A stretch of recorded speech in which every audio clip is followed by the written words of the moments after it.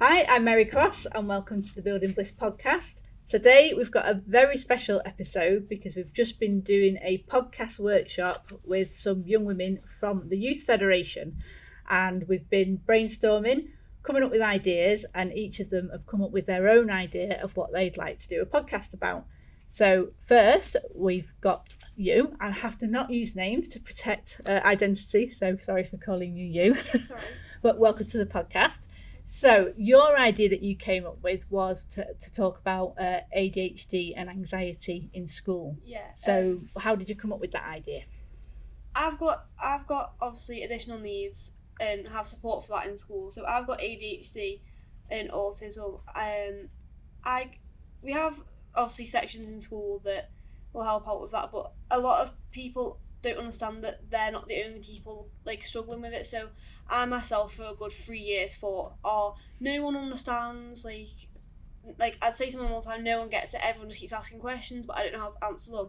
And it's a lot for people to deal with when they feel like they're by themselves and they can't with me, and I know a lot of people can't express what's making them feel that way. They don't understand how making them feel that way.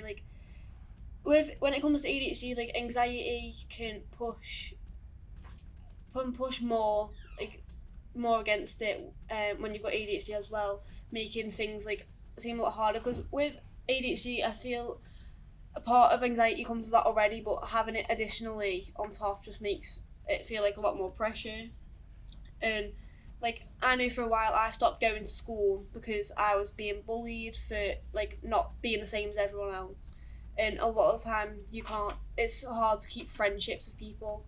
So I couldn't count how many times I've had arguments with friends, but it's with me, when it comes to apologies and fixing things, I'm not that type of person, and I've lost friends for it. But you've kind of got to be your own person, and if people don't like you for that, then they shouldn't be the ones not being nice to you about it. They should be the ones that walk out of your life, and they should be the ones that kind of keep to their own. Not you should be around people not like you, but people that kind of understand more, and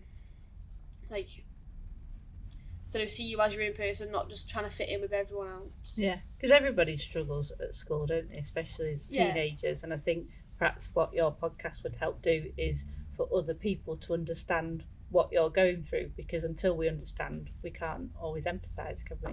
Yeah, it's important for people to know that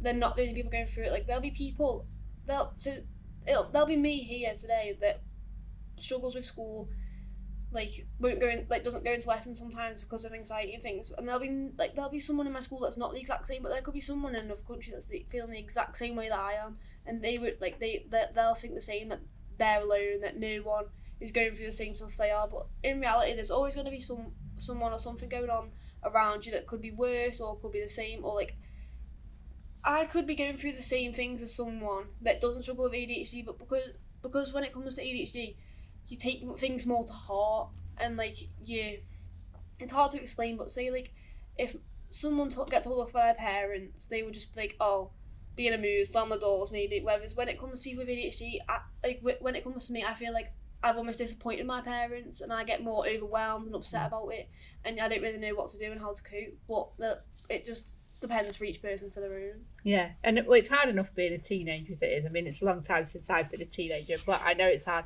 and I've got teenage children, so I understand their struggles. And I know even for my daughter who has ADHD, she has I think it's called rejection sensitivity dysphoria. So like you just said there, it's not just someone shouting at you or telling you off. That's a really big thing to you that really gets you right in the heart, and then it's difficult to get back from it, isn't it?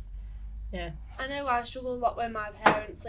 I struggle when I get arguments, things happen at school, and I'll get in trouble, and then I have to go home and deal with it, and I'm well, I've already been told off at school, so why am I getting told off here? It's kind of just and even in school, when you're in a lesson, you'll be talking, you'll get told off, you always feel like you're the more targeted person, because with ADHD you don't realise as much that you're I could be talking, and then I could sort of what would feel 20 minutes to me, but it could be 5 minutes. I literally just told you to stop talking. I was right. Yeah, you got no concept of time, have no, it? You just get distracted and forget. Yeah. Because if someone's talking to you, you're gonna be oh, what's this about? Yeah. But you just never can like fully focus on one thing. That's why. Like with me, I always like to be sat at the back of the class because I'm not distracted by people like behind me and like want us to turn around and talk. Yeah. Otherwise, I'll just won't focus. Well, I think it's important to get your message out so that schools and other people and employers understand what adjustments they could actually make to make it a level playing field for you, because it's not fair, is it? It's not equal. You're not on an equal footing with other people. I feel like there's a lot of like teachers, especially in schools, that don't really like understand like.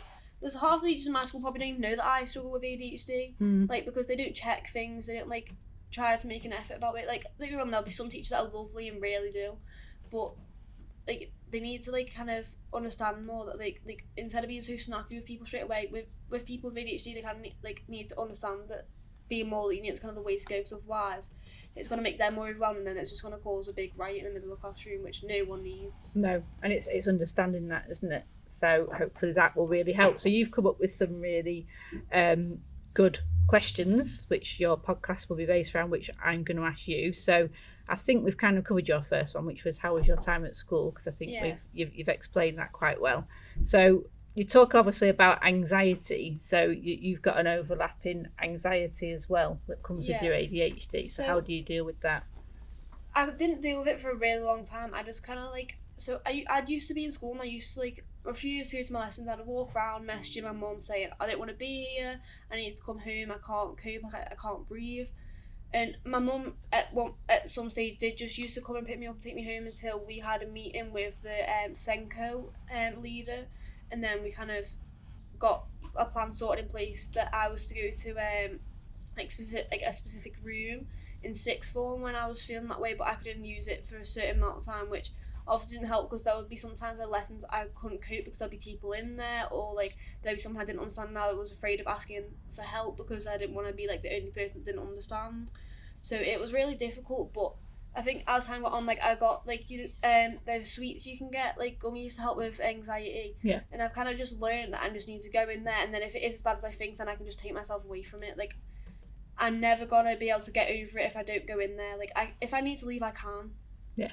And that's what I need to realise, that I can go in there and I can still leave if I need to. I'm not just stuck in there if something goes wrong. Yeah. So you've learnt those strategies that are really going to help you. So and is it quite a big problem at school? Like, are there other people that are also facing those challenges? There's quite a few people. There was one girl that I used to be really close with, and we both used to like never go to an English lesson because we just couldn't cope with the people in there. We've always felt targeted by the teachers until we got and then it took ages, but we got moved English classes like by our parents' request, and then we've kind of like grown from that now. Yeah, and it is. I do think it's unfortunate that unfortunately children with ADHD do get targeted by teachers. They're the first to get told off, the first to say stop talking, it must be you. Yeah, who's like it's like I can hear your voice over everyone else's, but like, and then they'll be like, well, it weren't me. Yeah, it just causes arguments. Instead, like what some of my teachers do understand, and they'll be like, they'll come over and crouch down and talk to me and be like, can you just be quiet whilst we go over this, and then you can talk again or whatever. But there's some teachers that just pick on you in front of everyone, you just like get in a mood, which is the worst thing possible, isn't it? So we've ticked off one of your questions there. So what would you like to do with your future then? So you're 15 now, doing your GCSEs. Yeah, I'm really like interested in art, and obviously I do animal welfare because I'm in an SEN need form.